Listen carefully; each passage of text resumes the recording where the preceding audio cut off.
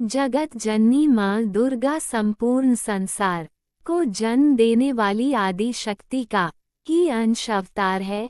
हिंदू धर्म में आदि शक्ति की तुलना उस परब्रह्म से की गई है जो संसार के पालन करता है। हिंदू धर्म में ऐसी मान्यता है कि अन्य देवी देवताओं की तुलना में माँ दुर्गा की साधना अति शीघ्र फलदायी होती है। संसार में सबसे पवित्र रिश्ता माँ बेटे का है। उसी रूप में ही भक्त माँ दुर्गा की गोद में बैठकर साधना करने के भाव से उपासना करता है तो माँ अपने पुत्र के ऊपर कभी भी किसी संकट को नहीं आने देती।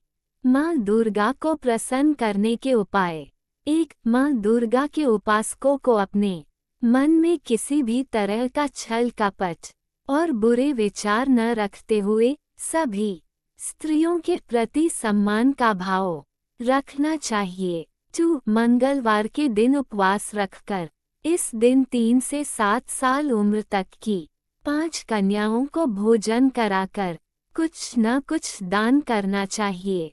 3. प्रतिदिन प्रातःकाल घर के पूजा स्थल पर गाय के घी का दीपक जलाकर माँ दुर्गा ते इस बीज मंत्र का एक माला 108 मंत्रों जाप करने से माता शीघ्र प्रसन्न हो जाती हैं। मंत्र: ॐ ह्रीं दुर्गाय नमः। 4. नियमित नवरात्र सप्ताह में 2-3 दिन दुर्गा सप्तशती का पाठ या सिद्ध कुंजिका का पाठ घर में अवश्य करते रहना चाहिए। इससे माता की कृपा बनी रहती है। 5. माँ दुर्गा की पूजा में उन्हें लाल पुष्प अर्पित करने से माँ दुर्गा प्रसन्न हो जाती है। 6. नवरात्रों के 9 दिन माँ दुर्गा की पूजा आराधना के लिए सबसे उत्तम समय माना गया है। 9 दिनों उपवास रखकर सुबह शाम दोनों समय माँ के मंत्रों का जप करते हुए उनकी पूजा करनी चाहिए। 7. पढ़ने वाले विद्यार्थी अपनी टेबल पर एवं कर्मचारी व्यापारी भी अपने कार्य करने की जगह पर माता दुर्गा की एक छोटी सी तस्वीर जरूर लगाएं एवं कार्य शुरू करने से पहले माँ का ध्यान अवश्य करें।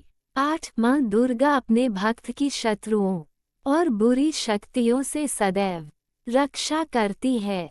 माँ दुर्गा का आशीर्वाद चाहते हैं तो 9 दिन लगाएं ये भोग।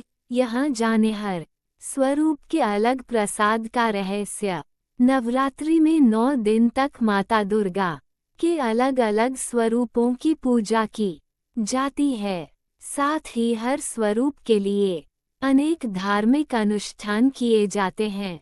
क्या आपको पता है 9 दिन कौन से भोग लगाने चाहिए? नवरात्रि पूजा भोग: नवरात्रि उत्सव में नवदुर्गा की उपासना के लिए अनेक धार्मिक अनुष्ठान और क्रियाकलाप किए जाते हैं। इसी के तहत नवदुर्गा के प्रत्येक स्वरूप को एक विशिष्ट प्रसाद अर्पित करने की परंपरा है। देवी दुर्गा का प्रत्येक अवतार अपने आप में विशेष और विलक्षण है, इसलिए उनके विभिन्न स्वरूपों के अनुसार विशेष भोग प्रसाद उन्हें चढ़ाया जाता है, जिसे जरूर जानना चाहिए। पहले दिन देसी घी का प्रसाद: नवरात्रि का पहला दिन देवी शैलपुत्री को समर्पित है। देवी ने सती के रूप में आत्मदाह कर लिया था और फिर देवी पार्वती के रूप में पर्वतराज हिमालय की पुत्री के रूप में जन्म लिया था। पर्वतराज हिमालय की पुत्री होने के कारण ही देवी माँ के इस स्वरूप को शैलपुत्री कहा जाता है।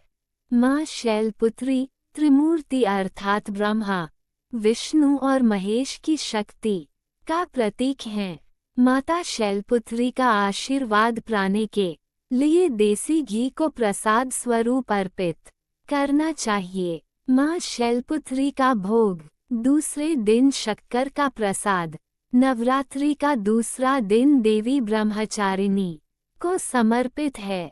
देवी पार्वती के तपस्विनी और अविवाहित रूप को देवी ब्रह्मचारिणी के रूप में पूजा जाता है। देवी का ये अवतार दृढ़ता और तपस्या का प्रतीक है।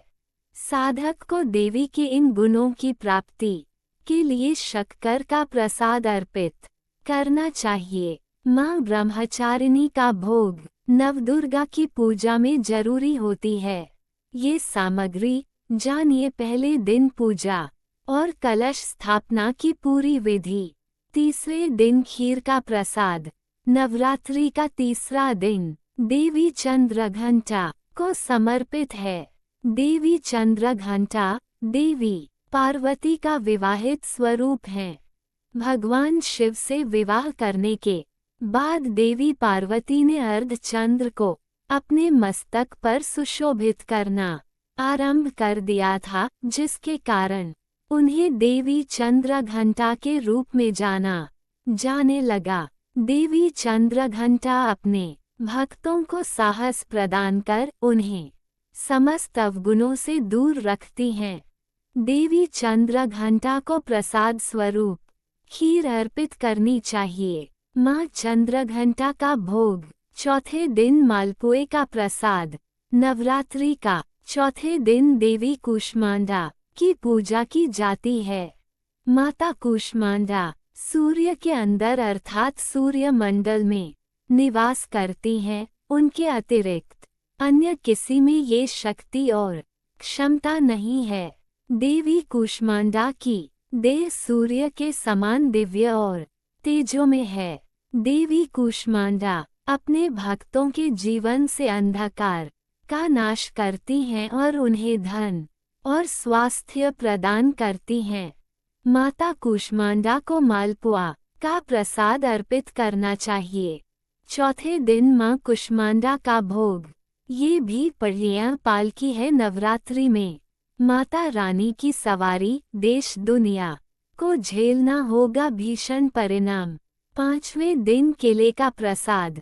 नवरात्रि के पांचवें दिन जगदम्बा के स्कंद माता स्वरूप की पूजा जाती है। देवी पार्वती के ज्येष्ठ पुत्र भगवान कार्तिकेय हैं, जिन्हें स्कंद देव के नाम से भी जाना जाता है। इसी कारण माता पार्वती को देवी स्कंद माता भी कहा जाता है। देवी स्कंद माता अपने भक्तों को समृद्धि और शक्ति प्रदान करती हैं। नवरात्रि में देवी स्कंद माता को केले का प्रसाद अर्पित करें। स्कंद माता का प्रिय भोग नवरात्रि के पांचवें दिन छठे दिन शहद का प्रसाद। नवरात्रि के छठे दिन देवी कात्यायनी की पूजा की जाती है। महिषासुर दैत्य का अंत करने के लिए देवी पार्वती ने देवी कात्यायनी रूप धारण किया था। ये देवी पार्वती का सर्वाधिक हिंसक रूप है। देवी कात्यायनी का ये स्वरूप क्रोध के सकारात्मक उपयोग को प्रदर्शित करता है। देवी कात्यायनी को मधु अर्थात शहद का प्रसाद अर्पित करना चाहिए। नवरात्रि के छठे दिन माँ कात्यायनी की पूजा। सातवें दिन गुड़ का प्रसाद। नवरात्रि के सातवें दिन देवी कालरात्रि की पूजा की जाती है। देवी पार्वती ने शुंभ निशुंभ नामक राक्षसों का वध करने के लिए अपने स्वर्ण वर्ण का त्याग कर दिया था। देवी के इस भयंकर स्वरूप को देवी कालरात्रि के रूप में जाना जाता है। ये देवी पार्वती का सर्वाधिक उग्र और क्रूर रूप है। देवी कालरात्रि की देह से उत्सर्जित होने वाली शक्तिशाली ऊर्जा को ग्रहण करने के लिए नवरात्रि में देवी कालरात्रि को गुड़ का प्रसाद चढ़ाना चाहिए। नवरात्रि के सातवें दिन काली को यह प्रसाद चढ़ाएं। आठवें दिन नारियल का प्रसाद। नवरात्रि के आठवें दिन देवी महागौरी की पूजा की जाती है। पौराणिक कथाओं के अनुसार 16 वर्ष की आयु में देवी शैलपुत्री अत्यंत सुंदर थीं और उन्हें गौर वर्ण का वरदान प्राप्त था। इनके गौर वर्ण के कारण उन्हें देवी महागौरी के नाम से जाना जाता है। देवी महागौरी को प्रसाद स्वरूप नारियल अर्पित करने से मनुष्य पाप मुक्त होता है और विभिन्न प्रकार के भौतिक सुख भोगता है। महागौरी की पूजा का भोग नवरात्रि के 8वें दिन 9वें दिन तिल का प्रसाद। नवरात्रि के 9वें दिन देवी सिद्धिदात्री की पूजा की जाती है। सृष्टि के आरंभ में भगवान रुद्र ने सृष्टि निर्माण के लिए आदि पराशक्ति की पूजा की थी। यह माना जाता है कि देवी आदि पराशक्ति का कोई रूप नहीं था और वह निराकार थी। शक्ति की सर्वोच्च देवी आदि पराशक्ति भगवान शिव के बाएं आधे भाग से सिद्धिदात्री के रूप में प्रकट हुई। देवी सिद्धिदात्री की आराधना से समस्त प्रकार की सिद्धियों की प्राप्ति होती है। नवरात्रि में देवी सिद्धिदात्री को तिल या तिल से बने पदार्थों का प्रसाद अर्पित करना चाहिए।